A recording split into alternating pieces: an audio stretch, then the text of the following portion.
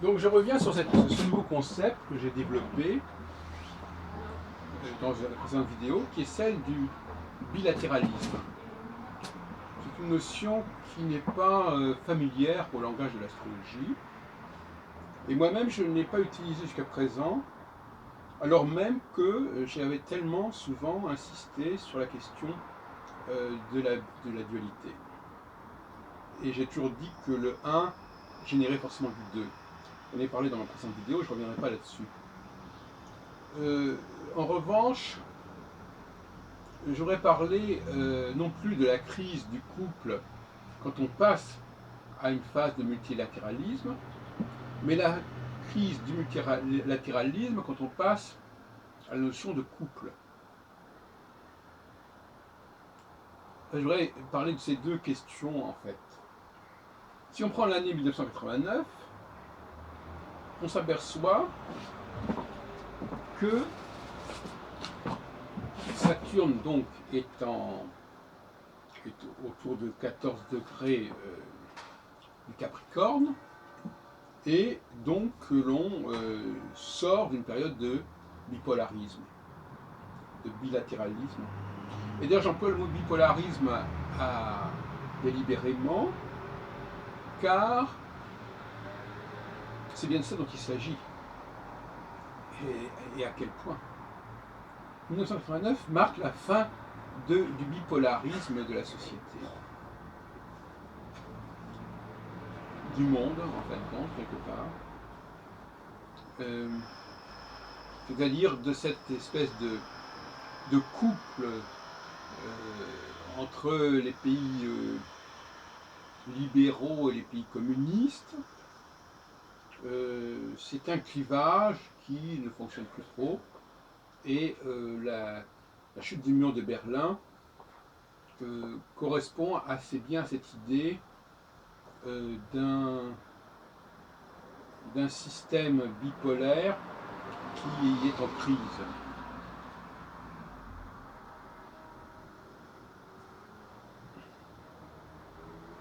C'est-à-dire un système qui en réalité est un peu comme le système colonial,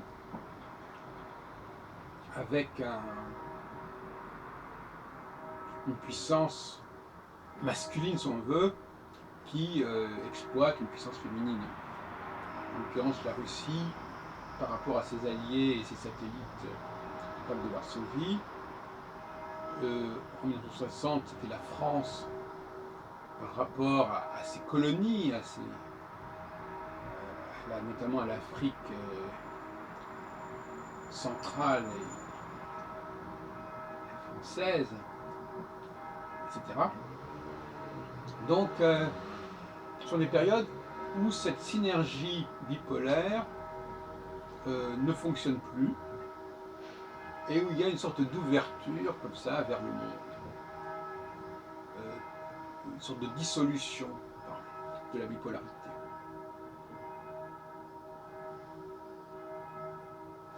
Mais en même temps, il y a le processus inverse, c'est-à-dire la multilatéralité, le multilatéralisme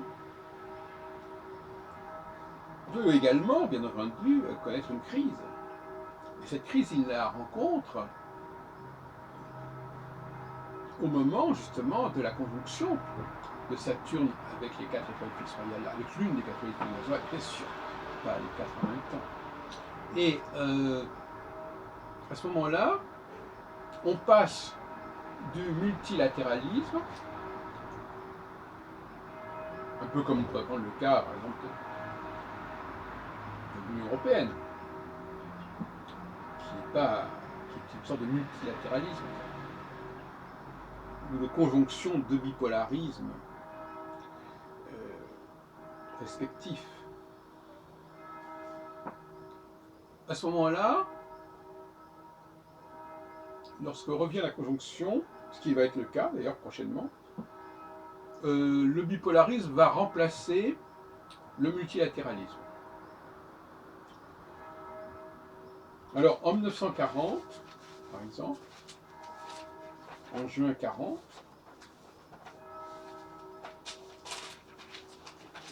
Saturne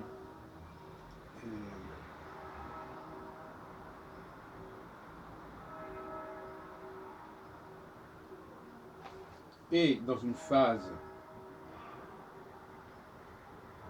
qui se rapproche d'une phase conjonctionnelle, bipolariste, mais qui n'y est pas encore complètement. Mais on va vers des formes de bipolarité à partir du moment où Saturne va arriver en Gémeaux.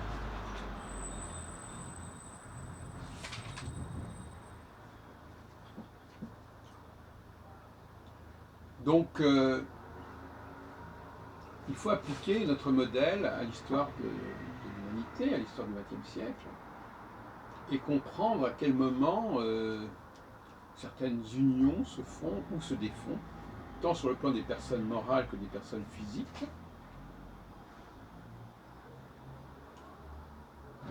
Il est clair que le bipolarisme franco-allemand qui s'était ébauché entre l'armistice de 40 va se consolider par la suite, à mesure que Saturne va se rapprocher de la fin du Taureau et entrer dans les Gémeaux. Mais on peut aussi chercher des bipolarismes ailleurs, entre l'Angleterre et les États-Unis. Enfin, je veux dire, il faut chercher un peu dans toutes les directions.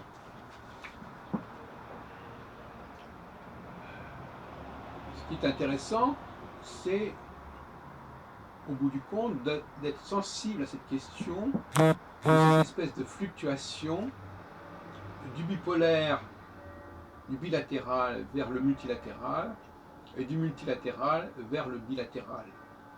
C'est cela, à mon avis, d'ailleurs très franchement, qui devrait être la base de l'enseignement de l'astrologie, de la culture astrologique, ce qui n'est absolument pas le cas actuellement. Et moi-même, je n'ai peut-être pas encore suffisamment insisté sur ce point.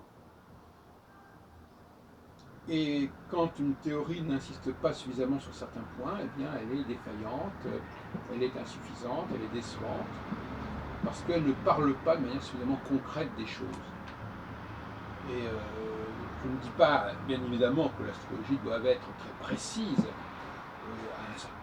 Elle a des limites dans sa précision, ça va de soi. Et les limites sont justement qu'elle ne peut parler que de statistiques. Je ne dis pas qu'elle doit faire des statistiques. Je veux dire que ce qu'elle dit a une valeur de probabilité, de fréquence accrue, et donc quelque part son discours est intrinsèquement statistique, comme la philosophie quelque part. C'est-à-dire qu'elle traite du général, mais d'un général qui doit séduire, c'est-à-dire d'un général qui, tout en étant général, doit être intégrable par toute personne, ou par toute situation. Et la grande erreur de l'astrologie actuelle, c'est de penser que le modèle lui-même doit être spécifique, alors que c'est son interprétation qui doit être spécifique. Le modèle n'a pas à être particulier à telle et telle personne, on ne doit pas faire le thème de telle et telle personne. En revanche, un modèle général, mais suffisamment pointu, suffisamment spécifique dans sa formulation, dans les profils qu'il trace, doit parler à un grand nombre de personnes. Je voudrais qu'on arrête de faire des thèmes astro, individuels et personnels. Les gens ne sont pas idiots. Notre langage, est-ce que notre langage est personnel? Non. Nous vivons dans un monde où on est dans le général, et dans un général qui peut se décliner sur un plan individuel. Mais cette déclinaison individuelle, elle prend des aspects extrêmement divers, qu'il n'est pas concevable de vouloir modéliser. Mais au niveau d'un modèle général, d'un modèle universel, pourquoi pas?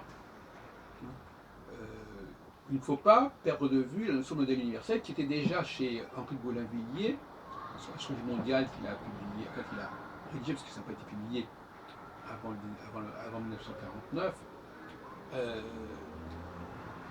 L'idée d'un modèle universel, d'un thème universel, dont l'astrologie serait, qui serait le pivot de l'astrologie. Et André Barbeau, dans les années 60-70, a voulu proposer un modèle universel, en intégrant d'ailleurs des planètes transsaturniennes, ce qui est un problème. Il a essayé d'aller dans cette direction, c'est-à-dire de montrer qu'il y avait des valeurs à l'échelle de l'humanité tout entière, dans une sorte de simultanéité, de concomitance, par-delà la question de dresser un thème pour tel et tel pays, etc. Et à ce propos, je voudrais quand même préciser que, contrairement à ce qu'on dit souvent, mais ça c'est un débat entre historiens de l'astrologie moderne, dans les années 60, Barbeau avait abandonné la théorie des cycles planétaires.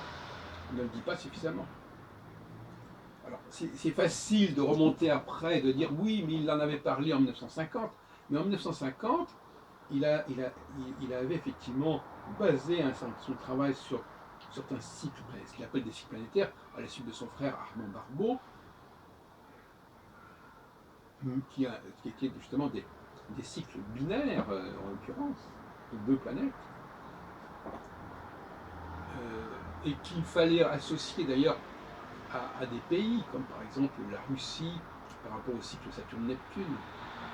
Ce qu'on ne veut pas croire, qu'on ne veut pas accepter, c'est l'idée qu'en 67, quand il publie son ouvrage majeur, Les Astres de l'Histoire, qui est son premier grand ouvrage sur l'astrologie mondiale, après la crise mondiale de 1965, je crois,